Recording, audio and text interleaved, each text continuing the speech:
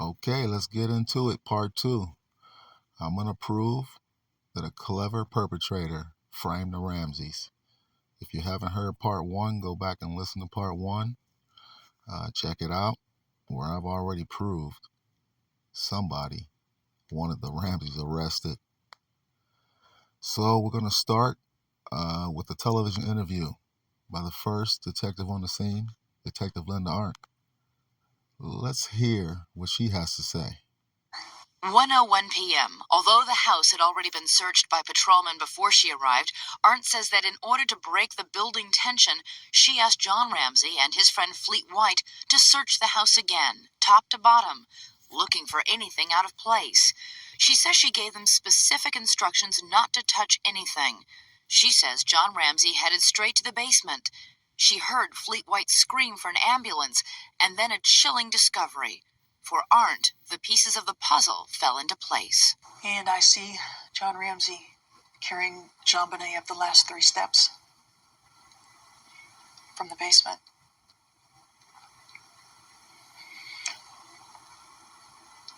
And my mind exploded. And everything that I had noted that morning that stuck out instantly made sense.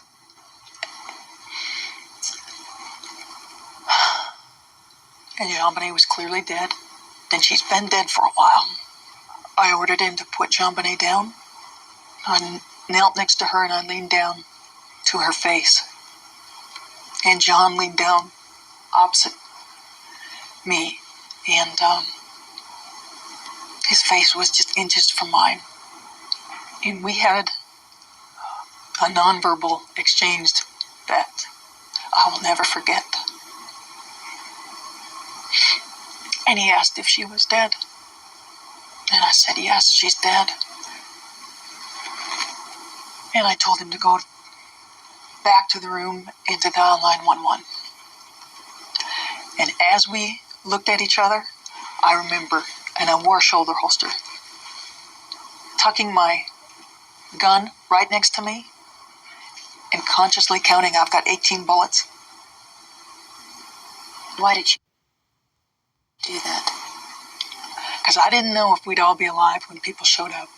Okay, let's stop it right there. I'm sure that Detective Arndt is a fine detective. I'm sure she's accomplished many things in her career. But let's just stick to the facts of this case, and the facts state that she's not a homicide detective. She's never solved a homicide ever. In fact, none of those detectives on the scene that day ever solved a homicide. Steve Thomas was not a homicide detective, but yet he was the face of the case. These officers were narcotics officers. They were auto theft cops, but none of them ever solved homicides. They brought in Lou Smith, who was a legendary homicide detective, but they didn't listen to him. So let's go back to what she says here. First thing is, she's the one who sent John to look for the body. First mistake, huge mistake. She said she never should have sent John to look for JonBenet. So he found her. Of course, we all know what happened from there. She allowed the friends to stay. She allowed the crime scene. We all know the story. So she made that mistake. Secondly, as you can hear, she's very emotional. Her eyes are swelling up with tears. You know, a clear indication she's never solved a homicide. She's never worked a homicide case, because she would be a lot more hardened if she had. So, what else does she say? She says she's counting the bullets in her gun. You know, she states that she believes one of the Ramseys did it. As soon as JonBenet's found, you know, before any DNA is ever tested, you know, that's a clear mistake. You know, you're basically admitting that you are jumping to conclusions. And she and all the other detectives who never worked homicides who are jumping to these conclusions are very susceptible to being fooled by a clever perpetrator trying to frame the Ramseys and make these inexperienced cops believe that a Ramsey did it. These cops are being tricked by this clever perpetrator. These cops, Linda Arndt, Steve Thomas, are victims of this clever perpetrator, as well as the Ramseys are. And I'm going to show you why. I showed you why in part 1. Like I said, if you did not see it, go back and check it out. I'm going to keep showing you here now. And here we go. I mean, most people who believe that Ramseys did it, they constantly say, well, Burke did it and they covered up the crime by doing this, or Patsy did it because of this and she covered up the crime. They're always using that word cover up, but there's no cover up here. I mean, if you're going to use that word cover up, show us the cover up. Okay, here's the cover up.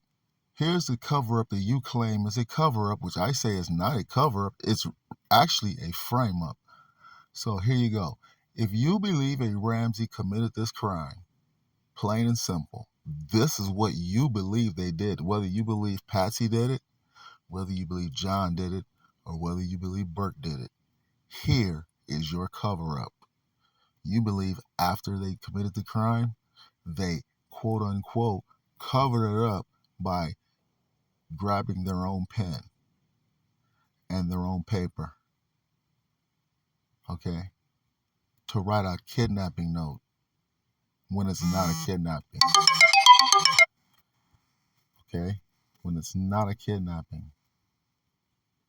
They wrote a kidnapping note when it's not a kidnapping with their own pen and their own paper, okay? When the police arrive, they will find her in the home. They will see that it was written with their pen, their paper, and it is not a kidnapping. Okay? If they wanted to try to cover up, they would have wrote a note stating why they had to do what they had to do to JonBenet. They would not write a kidnapping note. They would say, John, we did this because we don't like your business. We had to do this because we don't like you or your business. They would not write a kidnapping note when it's not a kidnapping. So that doesn't make sense. So it all comes back to the Ramseys. Okay? That's not a cover up. How is that a cover up? The pen and paper is not even needed. Again, they're being added to this crime unnecessarily. The Ramseys could have just opened the window and say somebody came in and did this. So, fact of the matter is, this pen and paper was not needed. They could have opened the window and said somebody came in and did it. They saw him. Hey, they saw him run out. Anything like that. But they added a pen and paper unnecessarily, and then they wrote a kidnapping note when it's not a kidnapping, when all they had to say was, we did this crime because we don't like you. Here's your daughter. She's in the home. There it is. But they wrote a kidnapping note, and the cops gonna come and immediately find the body, which they should have found the body immediately, but they didn't because they didn't search the home properly. But they're gonna find the body immediately, and they're gonna see it's not a kidnapping, and they're gonna see the garrote, which is made from their own paintbrush, hanging from their own daughter's neck. Clearly, this is not a cover-up. Why would you cover up by now, after you've already added your own pen and paper unnecessarily, and said it was a kidnapping, said two men are currently watching her? You know, that's her current status. Two men are currently watching her. You would think in a remote location somewhere, you're going to write that when she's downstairs and the police going to come right away and see that? That's not true. Her body's going to be held for proper burial. Her body's in the basement. None of that makes sense. How is that a cover up? Where's the cover up? I'm waiting. A cover up is when you do something to take the attention from yourself. You're covering up. You don't want attention on yourself. So now, after doing all that, now they're going to grab their own paintbrush unnecessarily when the rope would have done the deed, their hands alone would have done the deed, anything would have done the deed. Why now you're going to add your paintbrush unnecessarily to this? To cover up? That's not a cover up. Where's this cover up? I'm not seeing a cover up. I'm not understanding. So they grab their own pen and paper, is your theory, to cover up. They grab their own paintbrush to cover up.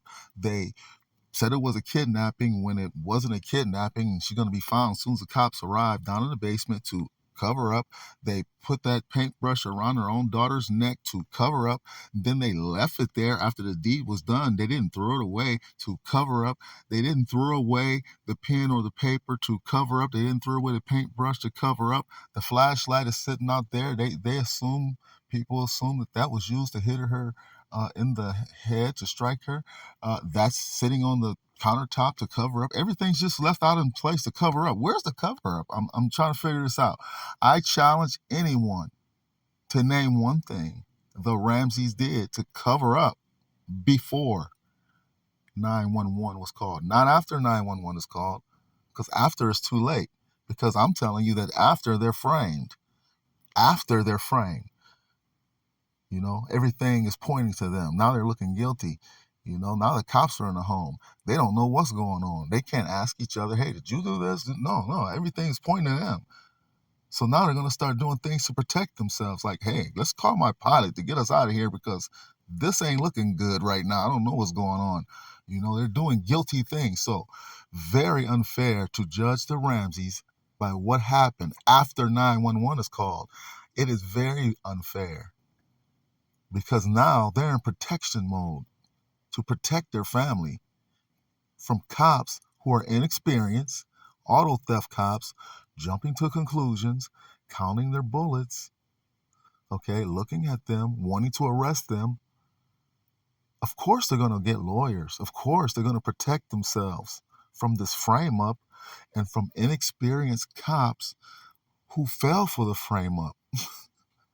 It's a double whammy. You would do the same thing. Everyone would.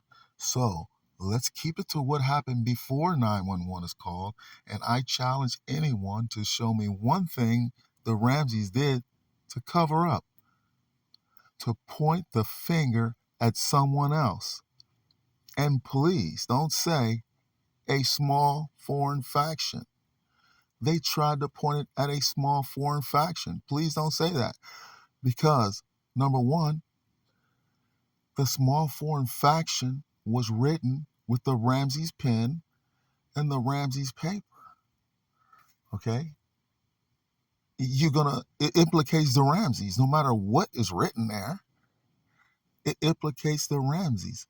Secondly, don't say a small foreign faction because if you remember, and everyone seems to forget this fact, this small foreign faction did not even last, until the end of the ransom note.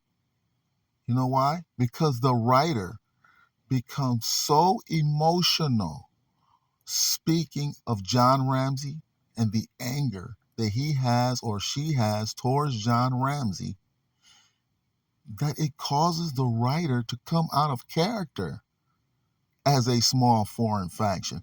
It's no longer a small foreign faction by the end of the ransom note. Now, by the end, it's no longer Mr. Ramsey like it was in the beginning. Now, in the end, the writer is so emotional. It's John. Clearly, the writer came out of character. Okay? So, everything points to the Ramseys. Everything in this crime was done before 911 was called to make the Ramseys look guilty.